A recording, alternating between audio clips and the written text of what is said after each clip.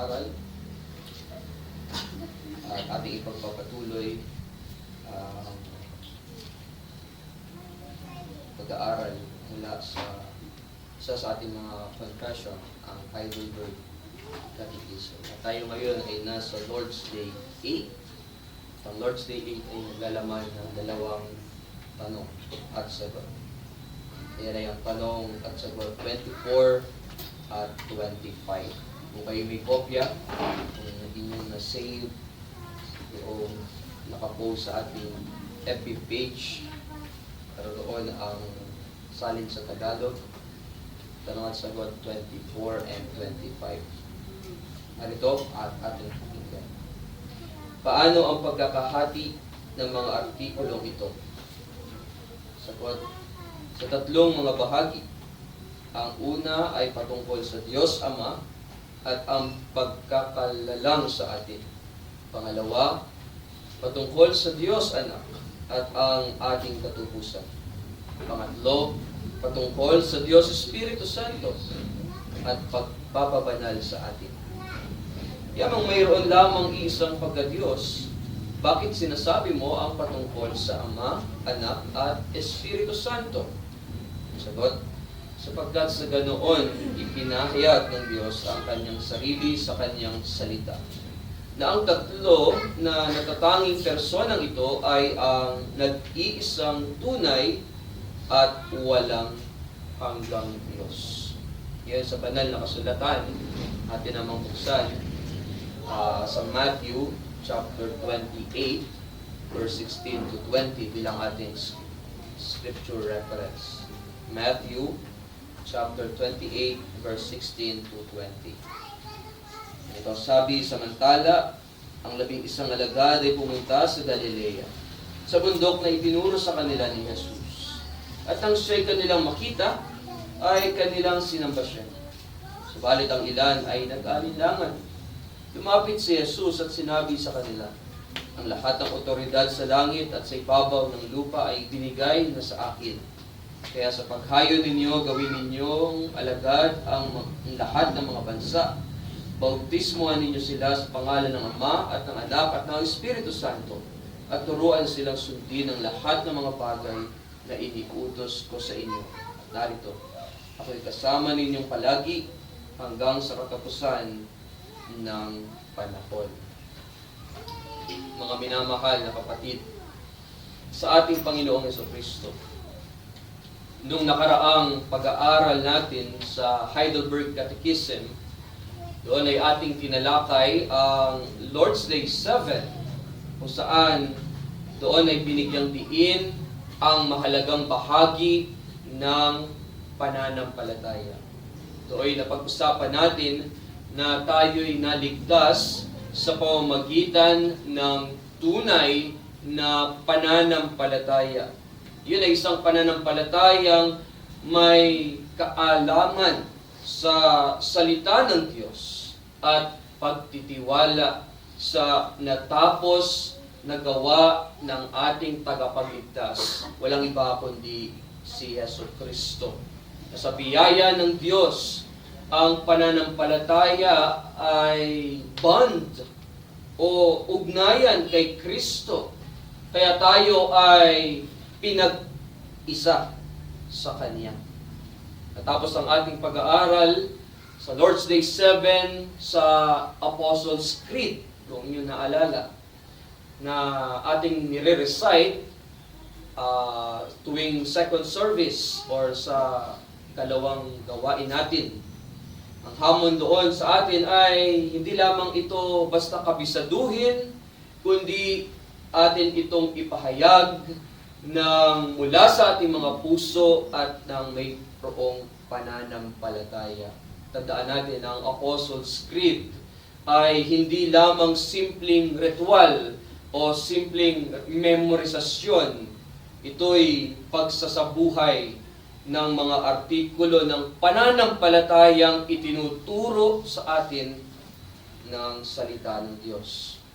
Ngunit marahil may ilan sa atin o mayroong ilan sa inyo ang nagtatanong ng tanong na bakit pa natin kailangan ng creed, ng credo. Hindi ba sapat na ang Biblia? Ano bang kaugnayan ng creed o ng credo sa Biblia? Hindi ba gawa lang ito ng tao? Yung mga katanungang iyon ay mayroong kasagutan. Na oo, ang Biblia ang tanging kinasihang salita ng Diyos. Ang salita ng Diyos ay inspired. Ang salita ng Diyos ay inerrant o walang pagkakamali.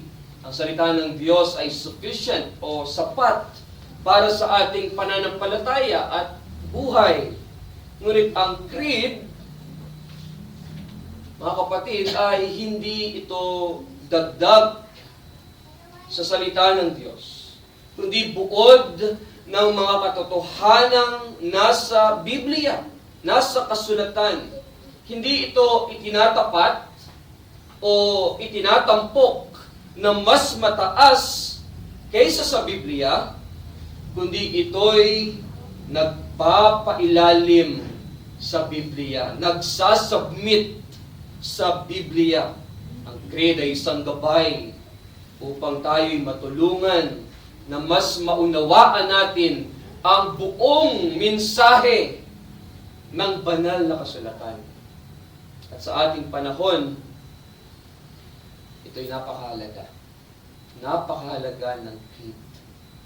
Sabi nga ni Reverend Hoeksima, and I'd like to quote, sabi niya, "It is a sin to set aside the fruit of the guidance of the Holy Spirit in the past. It is the sin of individualism, one of the greatest sins of our day." Ibig sabihin, kapag isinantabi natin ang mga creed, ilang naman yung Apostles' Creed eh. Meron tayong Nicene Creed, meron tayong Athanasian Creed, and then meron din tayong Creed of Chalcedon. Ito yung tinatawag natin, yung apat na yan, na Ecumenical Creed. Ibig sabihin, kapag isinantabi natin ang mga creed, isinasantabi din natin ang bunga ng paggabay ng banal na Espiritu sa buong kasaysayan ng simbahan. Kaya bilang mga Reformed believers, naniniwala tayo na ang mga pangunahing katotohanan ng ating pananampalataya ay naipahayag ng buo sa mga creed, sa Apostles' Creed.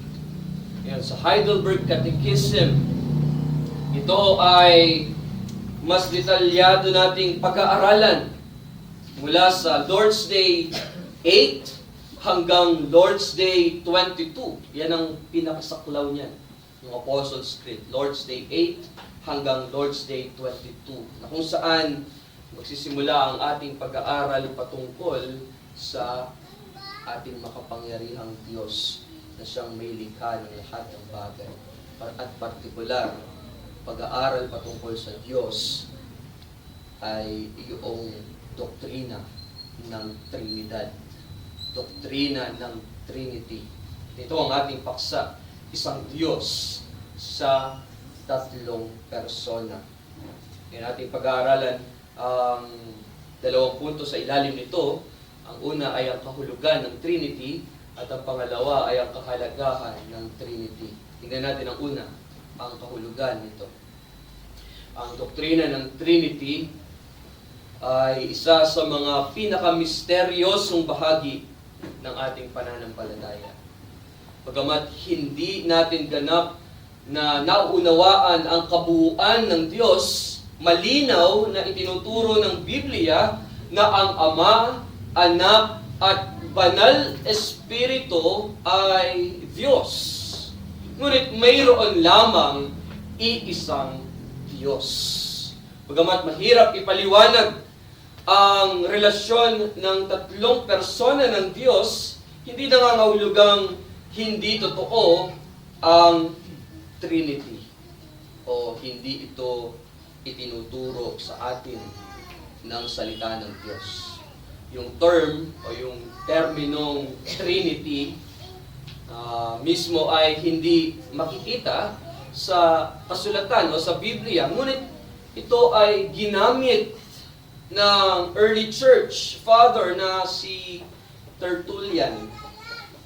Kilala natin na isa sa ating mga tatay sa pananampalataya. Noong 2nd century, upang kanyang ilarawan ang Diyos bilang tatlong persona sa iisang pagka-Diyos.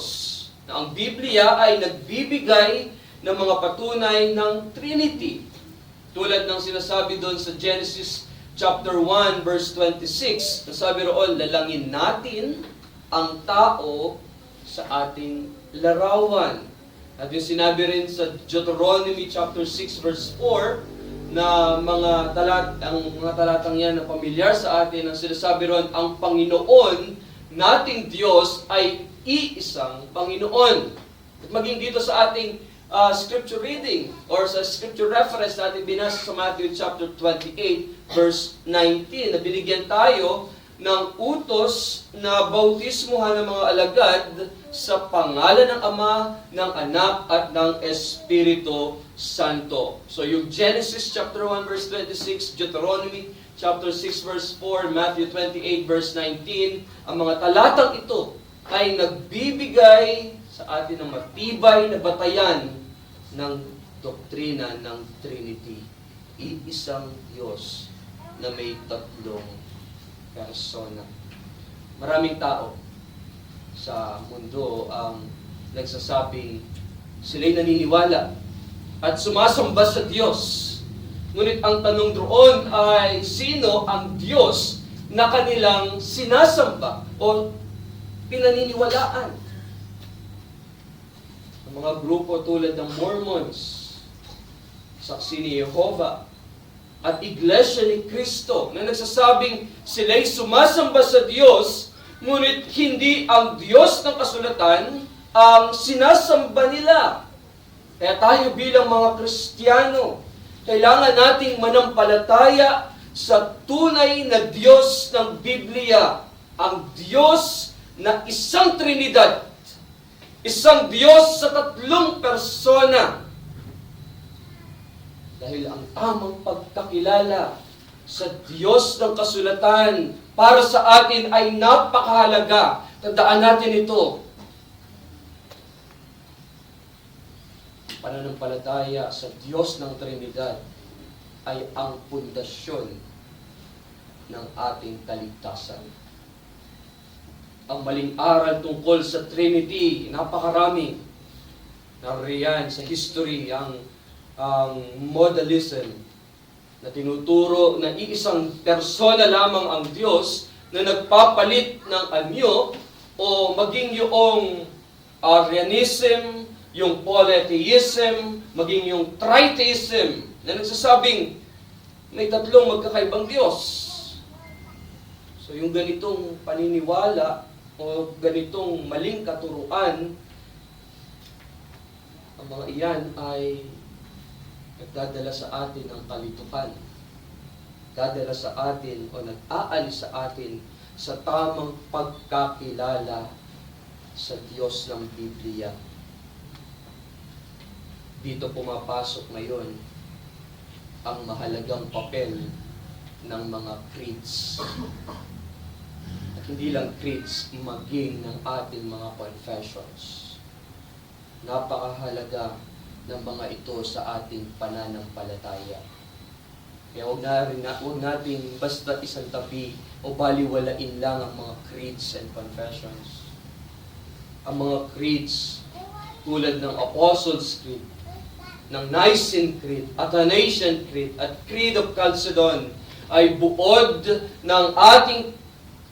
ng mga katotohanang itinuturo ng Biblia na ginagamit upang maipaliwanag ang ating pananampalataya, partikular, o maging sa doktrina ng Trinity. Hindi lang sa doktrina ng Trinity, kundi sa iba pa o marami pang mahalagang doktrina na nakapaloob sa mga creeds and confessions. Si Philip Schaff, na kilala natin na sumulat or gumawa ng aklat ng History of the Christian Church ay nagbigay ng malalim na pagsusuri sa kontrobersyang Arianismo at ang epekto ng Council of Nicaea noong 325 AD.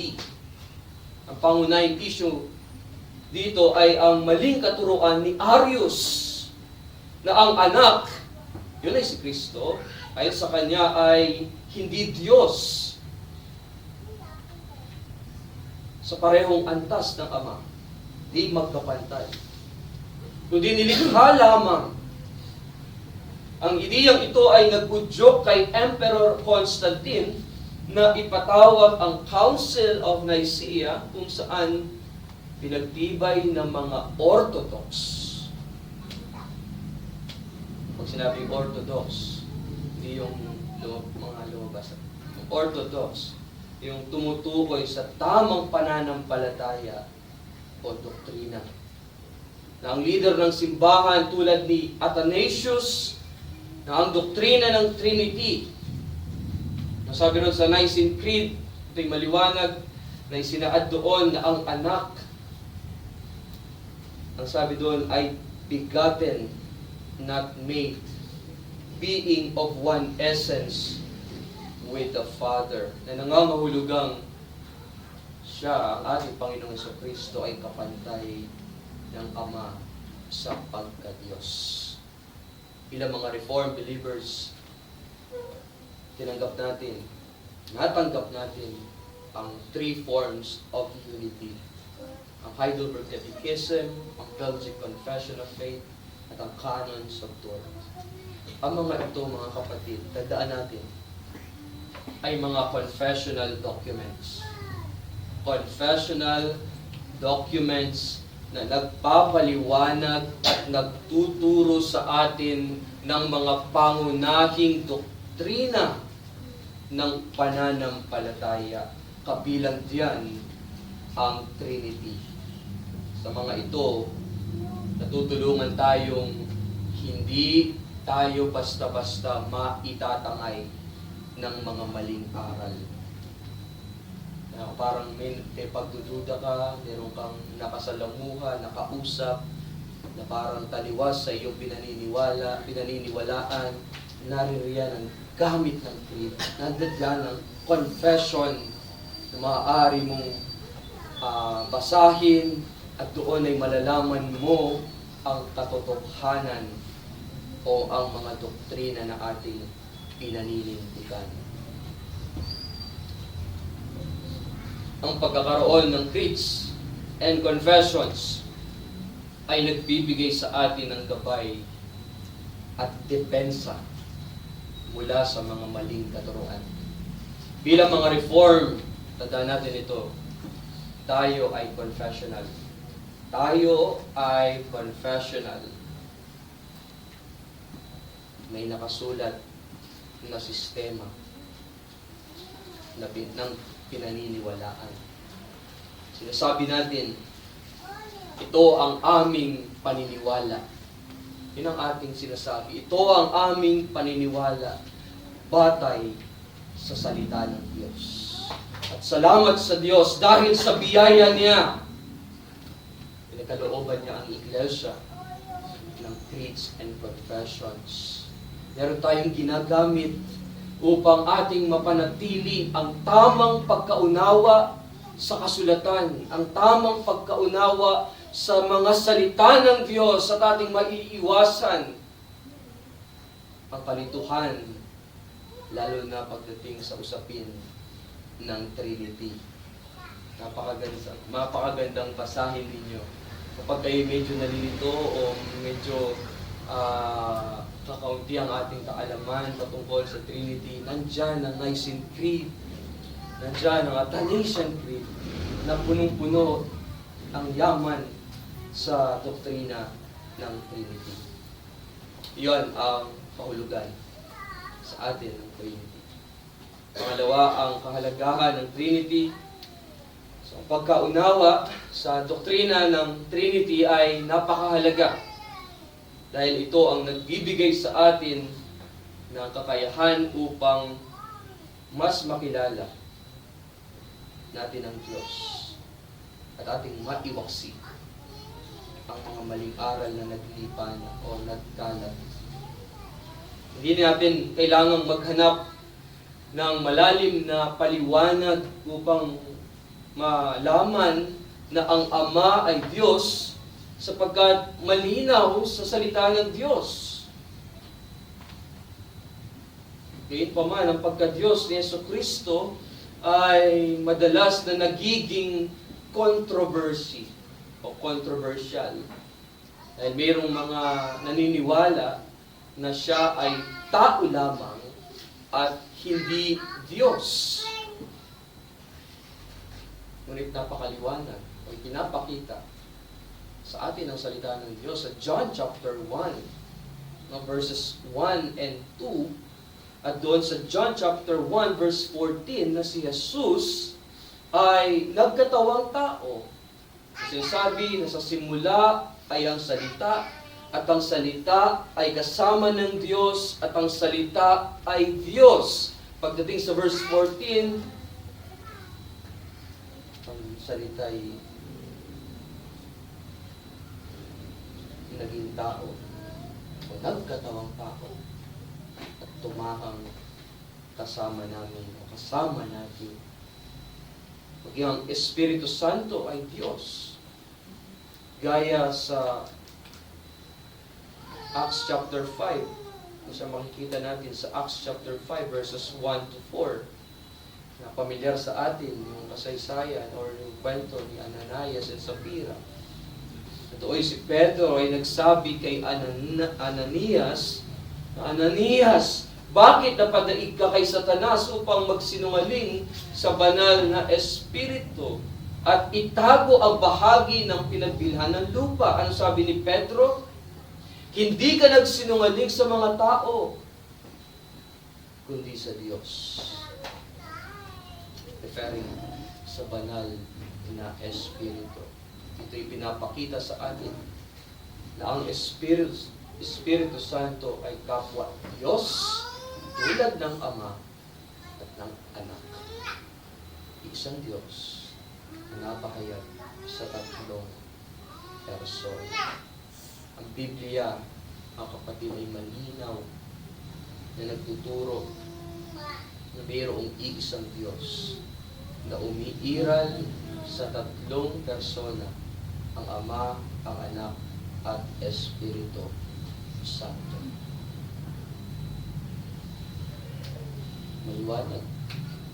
Sinabi rin sa ating scripture reference, bautismuhan ninyo sila sa pangalan ng Ama, ng Anak, at ng Espiritu Santo. Pinalikan ko yun dahil meron itong mahalagang salita. Dahil yung ginamit doon, yung salitang pangalan, na yung pangalan ay nasa singular form, na nangangahulugang ang tatlong persona ay iisa sa kalikasan, Diyos. Hindi niya sinabi, bautismuhan ninyo sila sa mga pangalan ng Ama, ng Anak, at ng Espiritu Santo. Kundi yung talata roon sa verse 19 ay nasa singular form. Ang benediksyon makikita sa 2 Corinthians chapter 13 verse 14 ay isa pang malinaw na patunay ng Trinity. Kasi pastor, kapag mag-umpisa na at magtataas niya na yung kanyang kamay, yung kanyang binabanggit, hindi ba, yung ang biyaya ng ating Panginoong Jesucristo, ang pag-ibig ng Diyos at ang pakikisama ng Espiritu Santo ay sumaatin nawang lahat. Amen. Andun doon yung Trinidad. At tatlong persona ay ipinapahayag sa isang Diyos na nagbibigay ng biyaya, nagbibigay ng pag-ibig, at nagbibigay sa atin ng pakikisama. Pakikisama, kaya kasama natin siya sa ating pagsamba. Ang tamang pagkaunawa sa Trinity ay napakahalaga sapagkat ito ay nagbibigay sa atin ng tamang larawan ng Diyos. Tamang larawan ng Diyos. Sinabi nga doon sa Exodus chapter 20, ito ang ikalawang utos ng Diyos. Kanyang ipinagbabawal ang paggawa ng mga inukit na larawan sapagkat siya ay isang Diyos na mapanipuguin. Sinasabi roon, huwag kang gagawa para sa iyong sarili ng inukit na larawan o ng anumang kawangis ng anumang nasa langit sa itaas o ng nasa lupa sa ibaba o ng nasa tubig sa ilalim ng lupa. Huwag mo silang yuyukuran o paglingkuran man sila sapagkat akong Panginoon mong Diyos ay Diyos na mapanipuguin. So, ang Diyos na ating sinasamba ay hindi maaaring gawing ayon sa ating sariling pangunawa o imahinasyon. Siya ay ipinahayag sa kaniyang salita bilang isang Diyos na umiiral sa tatlong persona, ang Ama, Anak, at ang Espiritu Santo. Ang ganda nung sinabi ni James White sa kanyang aklat na The Forgotten Trinity. And I quote, sabi niya, we worship one being, capital B, one being of God in three persons. And we are not free, di tayo malaya, to redefine Him to fit our desires, even our culture, or our limited understanding. We must bow to His revelation of Himself. Ang Diyos na ipinahayag sa kasulatan ay hindi natin maaaring baguhin upang umayon sa ating sariling kagustuhan. Siya ay Diyos na walang hanggan. At siya lamang ang karapat-dapat nating sambahin. Ang sinasamba nating Diyos ay Diyos ng Trinidad. Mga kapatid, ang pagtanggi sa pagka-Diyos ni Jesus ay isang pagyurak sa Kanya. At ang sino mang gumagawa nito ay mananagot sa ating Diyos na banal. Ngunit sa kabilang banda, ang ating paniniwala sa katotohanan ng Biblia na ang Ama, ang Anak, at ang Espiritu Santo ay tatlong persona sa iisang Diyos ay nagdudulot sa atin ng pagpapala, ng lubos na pagpapala. Sinasabi sa atin ang salita ng Diyos tungkol sa Trinity ay nagsasabi sa atin na ang ating na tayo ay ligtas sa kamay ng Ama